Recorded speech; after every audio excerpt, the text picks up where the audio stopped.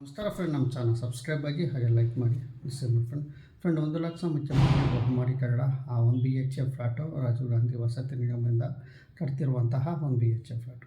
Friend ಏನು ನಿಮಗೆ 1 BHK flat ಬಗ್ಗೆ ಮಾಹಿತಿ ಕೊಡ್ತಾ ಇದ್ದೀನೋ, ಇಲ್ಲಿ ಸಾಕಷ್ಟು ಜನ ರಿಜಿಸ್ಟ್ರೇಷನ್ ಬಗ್ಗೆ ಕೇಳ್ತಾ ಇದ್ರಿ. ಸರ್, ರಿಜಿಸ್ಟ್ರೇಷನ್ ಮಾಡಿಸ್ಕೊಳ್ಳೋಕ್ಕೆ ಅಮೌಂಟ್ ನಾವು ಎಷ್ಟು ಕಟ್ಟಬೇಕಾಗುತ್ತೆ, ಅಂದರೆ ಖರ್ಚು ಎಷ್ಟು ಬರುತ್ತೆ ನಮಗೆ ರಿಜಿಸ್ಟ್ರೇಷನ್ಗೆ, ಇದ್ರ ಬಗ್ಗೆ ಒಂದು ಸ್ವಲ್ಪ ಡೀಟೇಲ್ಸಾಗಿ ವಿವರ ಕೊಡಿ ಅಂತೇಳಿ ಕೇಳಿ.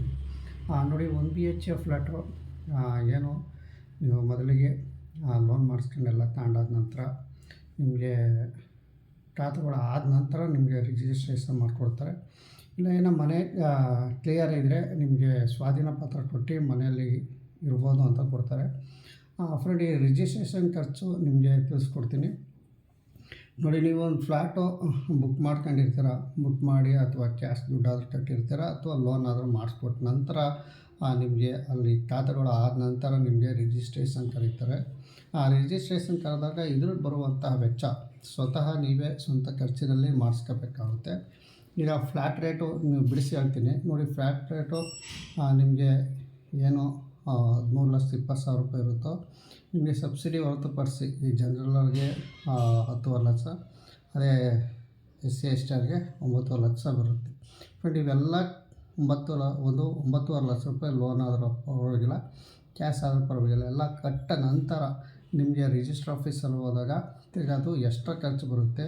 ಮತ್ತು 9 ಲಕ್ಷದಲ್ಲೇ ನಮಗೆ ರಿಜಿಸ್ಟ್ರೇಷನ್ ಖರ್ಚು ಅಂತ ಇರೋಲ್ಲ, ರಿಜಿಸ್ಟ್ರೇಷನ್ ಖರ್ಚು ಬರುತ್ತೆ. ಅದು ಎಕ್ಸ್ಟ್ರಾ ಅಂತಲೇ ಹೇಳ್ಬೋದು. ಈಗ ಸುಮಾರು ಒಂದು ಮಿನಿಮಮ್ ಎಷ್ಟು ಖರ್ಚು ಬರುತ್ತೆ ಅಂದರೆ, ಈಗ ನೀವು ಫುಲ್ಲು ಪೇ ಮಾಡಿರ್ತೀರ ಅಂದರೆ 10 ಲಕ್ಷ ಜನರು ಆಗಿರ್ಬೋದು, SC ST 9 ಲಕ್ಷ ಆಗಿರ್ಬೋದು. ಫುಲ್ ಅಮೌಂಟ್ ಪೇ ಮಾಡಿದ ನಂತರ ನಿಮಗೆ ಎಕ್ಸ್ಟ್ರಾ ಖರ್ಚು ರಿಜಿಸ್ಟ್ರೇಷನ್ ಅಂತ ನೀವು ರಿಜಿಸ್ಟ್ರೇಷನ್ ಆಫೀಸ್ಗೆ ಹೋದಾಗ ಮಿನಿಮಮ್ 50,000 ರೂಪಾಯಿ ಒಳಗಡೆ ರಿಜಿಸ್ಟ್ರೇಷನ್ ಖರ್ಚು ಬರುತ್ತೆ.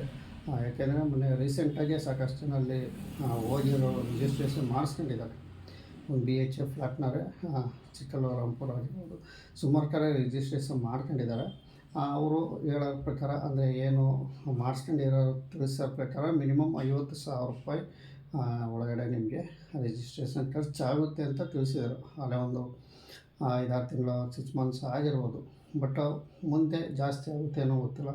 ಬಟ್ ಮಿನಿಮಮ್ ನಿಮಗೆ 50,000 ಒಳಗಡೆ ರಿಜಿಸ್ಟ್ರೇಷನ್ ಖರ್ಚು ಸ್ವತಃ ನಿಮ್ಮ ಸ್ವಂತ ದುಡ್ಡಲ್ಲೇ ನೀವು ಮಾಡಿಸ್ಕೋಬೇಕಾಗುತ್ತೆ.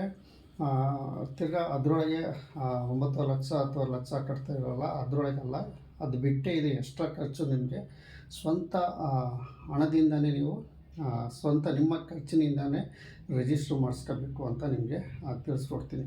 9 ಲಕ್ಷ ಪ್ಲಸ್ 50,000 ಒಳಗಡೆ 5 ಎಲ್ಲ ಟೋಟಲ್ ಸಪ್ರೇಟಾಗಿ ನೀವು ಫ್ಲ್ಯಾಟ್ ರೇಟು 9 ಲಕ್ಷ ಆಗಿರ್ಬೋದು, 10 ಲಕ್ಷ ಆಗಿರ್ಬೋದು, ಕಟ್ಟಾದ ನಂತರ ರಿಜಿಸ್ಟ್ರೇಷನ್ ಖರ್ಚು ನಿಮಗೆ 50,000 ಒಳಗಡೆ ನಿಮ್ಮ ಸ್ವಂತ ಹಣದಲ್ಲಿ ನೀವು ಫ್ಲ್ಯಾಟ್ ರಿಜಿಸ್ಟ್ರೇಷನ್ ಮಾಡಿಸ್ಕೋಬೇಕಾಗುತ್ತೆ ಅಂತ ತಿಳಿಸ್ತೀನಿ. ಅದಕ್ಕಿಂತ ಮುಂಚೆ ನಿಮಗೆ ಏನಾರ ಫ್ಲ್ಯಾಟ್ಗಳು ರೆಡಿ ಇದ್ದರೆ, ಖಾತೆಗಳು ಆಗಿಲ್ಲ ಅಂದರೆ ನಿಮಗೆ ಸ್ವಾಧೀನ ಪತ್ರ ಕೊಡ್ತಾರೆ. ನೀವು ಅಲ್ಲೂ ಒಳಗಡೆ ಫ್ಲ್ಯಾಟೊಳಗೆ ಹೋಗಿ ವಾಸ ಮಾಡ್ಕೊಂಡು ಆ ನಂತರ ನೀವು ಅವ್ರ ಖಾತೆಗಳು ಆದಾದಮೇಲೆ ನಿಮಗೆ ತಿಳಿಸ್ತಾರೆ ಯಾವ ಟೈಮ್ಗೆ RGS ಅಂದರೆ ರಾಜೀವ್ ಗಾಂಧಿ ವಸತಿ ನಿಗಮದವರು ತಿಳಿಸ್ತಾರೆ ನೀವು ರಿಜಿಸ್ಟ್ರೇಷನ್ ಮಾಡಿಸ್ಕೊಳ್ಳಿ ಅಂತ. ಆವಾಗ ನೀವು ರಿಜಿಸ್ಟ್ರೇಷನ್ ಮಾಡಿಸ್ಕೋಬೇಕಾಗುತ್ತೆ. ಇಷ್ಟು ನಿಮಗೆ ತಿಳಿಸ್ಕೊಡ್ತೀನಿ. 1 BHK ಫ್ಲ್ಯಾಟ್ ಏನು ರಿಜಿಸ್ಟ್ರೇಷನ್ನು ಖರ್ಚು ನೀವು ಕೇಳಿರಲ್ಲ, ಅದು ನಿಮಗೆ ತಿಳಿಸಿದ್ದೀನಿ. ರಾಜೀವ್ ಗಾಂಧಿ ವಸತಿ ನಿಗಮದಿಂದ 1 BHK ಫ್ಲ್ಯಾಟ್ ಕಟ್ಟೋ ಅಂತ ರಿಜಿಸ್ಟ್ರೇಷನ್ ಖರ್ಚು 50,000 ಒಳಗಡೆ ನಿಮಗೆ ಬಿಡುತ್ತೆ.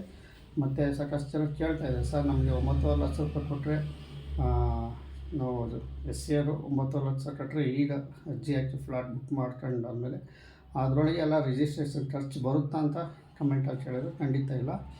ನೀವು ಎಕ್ಸ್ಟ್ರಾ ಖರ್ಚು ನಿಮಗೆ ಏನು ಎಕ್ಸ್ಟ್ರಾ ಖರ್ಚು ರಿಜಿಸ್ಟ್ರೇಷನ್ ಖರ್ಚು ಎಕ್ಸ್ಟ್ರಾ ಇರುತ್ತೆ ಅಂತ ನಾನು ತಿಳಿಸ್ತೀನಿ. ನಮ್ಮ ಚಾನಲ್ ಸಬ್ಸ್ಕ್ರೈಬ್ ಆಗಿ ಹಾಗೆ ಲೈಕ್ ಮಾಡಿ, ಶೇರ್ ಮಾಡ್ಕೊಂಡು ನಮಸ್ಕಾರ.